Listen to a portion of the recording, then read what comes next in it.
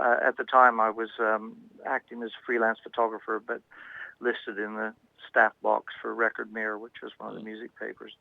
I mean, we were still freelancers in those days. We weren't on the salary or anything. We got paid for the publication of our images, and which left us free agents, which was good. But at the same time, being affiliated with a magazine gave us access and stuff that we might not otherwise had. On that particular occasion, I was actually going with a journalist to do an interview and accompanying photographs for a feature that they were going to run. Yeah.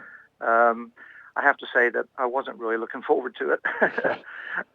Had you met him before, or met them before? No, I hadn't, but so I only had the publicity that surrounded the band and what they were up to, and I can't speak for you, but it's a job, and sometimes we had to put up with stuff we didn't want to, but I have to say 99% of the people I dealt with were really good, but occasionally you'd have a problem, and my anticipation was that this could be one of those occasions when it was going to be aggro. Yeah. But Sid had a property. I think he was renting it. I'm not sure, in Maida Vale in London. And we turned up. I believe the time was about 1 o'clock in the afternoon. I can't be for sure, but it was after lunchtime anyway. And when we arrived and knocked at the door, there was no response, and knocked a bit louder and still no response, and knocked a bit louder, and I'm starting to think, oh, well, maybe this isn't going to happen. It's not such a bad thing. I mean, who are they anyway? Sex Pistols, who cares? But anyway, Sid then answered the door, and he was in his leather trousers and no top on, and a half-empty bottle of vodka in his hand, and sort of looked at us out through the open doorway and said, yeah, and we told him who we were, and he invited us in. And I thought, that's a good start. Then Nancy came out of the bedroom, and I remember the door was open and the bedroom was painted black. That struck me as, unusual. But fitted in with, I guess, what they were all about. And anyway, they came out, and the journalist did the interview first, had a chat with them and everything. And then I just said to him, it's time to get some snaps. And as it happened, the Never Mind the Bollocks poster was on the wall. And I thought that'd make a good background. So I got him sort of standing in that area, just inside there. And I was using just on camera, a flash, which I bounced off the ceiling. And went about doing the shoot. And I have to say that it was very different than what I anticipated. They were both very cooperative, and as soon as I got the camera out, they were real posers, really. And it was just natural. I didn't have to do much, just sort of encourage them to be in a certain area or to put a bit of life into the images or whatever, and they just sort of performed. Shot 2 rolls of film, just black and white, because that's what we were after at the time. And they became by far my most iconic images. So, that particular shoot's probably earned me as much as most of my other shoots all put together. So I can't complain. It was a couple hours well spent there. And tell me, sorry, go on. Sorry, no, go on. I was going to say, tell me a little bit about how Sid was with you. Yeah, he was fine. Like I said,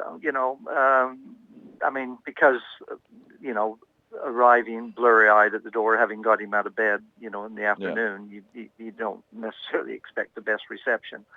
But like I said, when it came to taking the pictures, I can only describe him as a bit of a poser, really. He was all up for it. He was more than happy to play the game. And, some people you sort of have to encourage and work with and try to get them to look natural. I'm telling you stuff you know all too well, but how hard it can be to get some people to relax. But in their case, he had his bass guitar, and obviously that worked as a prop as well. And then the handcuffs weren't, just a prop. That was something that was part of their sex life, I'm sure. And they happened to have those, and we suggested using those in the shots as well.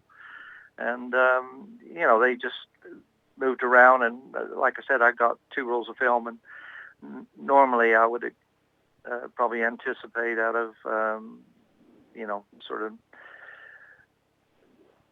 70 images or something like that to maybe get half a dozen that you'd use. But out of that shoot, I would say probably 70% of them were usable. So again, that was down partly to, hopefully to me, but also partly down to the fact that they were so easy to actually work with when it came to it. So. And how was Nancy throughout this? Yeah, she was fine. I mean, you could see, again, Nancy. Well, I mean, Nancy was seeking, her. I'm sure her relationship had as much to do with her seeking limelight as it did for her affection towards Sid. But I mean, he was obviously very influenced by her, and probably wrongly, as it turned out. They weren't the best match for each other. But of course, the other thing is, at the time when I took the pictures, I didn't really think too much about it. I mean, I was happy with what I got. But of course, in those days, we didn't have digital cameras. We couldn't look on the back and see if we got a good shoot. We had to go back and process it and wait and see. And I was pleased with the results. The paper seemed happy with them and used them. And there was one or two other little uses of them at the time, no big thing. But then it was only a short time after that Nancy died, and not too long after that, Sid died, and of course the images then became part of history, really. Yeah. Everybody wanted them, and they went worldwide. And sort of in quite popular sense. I think you probably know already, Rolling Stone picked that particular image as one of their favorites. Yeah. One of the portraits of music portraits of all time. Yeah, it's a fantastic shot. Tell me, just something I've always, on a personal level, wanted to know. Sid's posing in such a atypically, it's a very anti-macho style, sort of very anti-manly, kind of more pulling on towards images of childhood and that sort of thing. Is that something he was doing quite naturally, or did you encourage him at all in that way?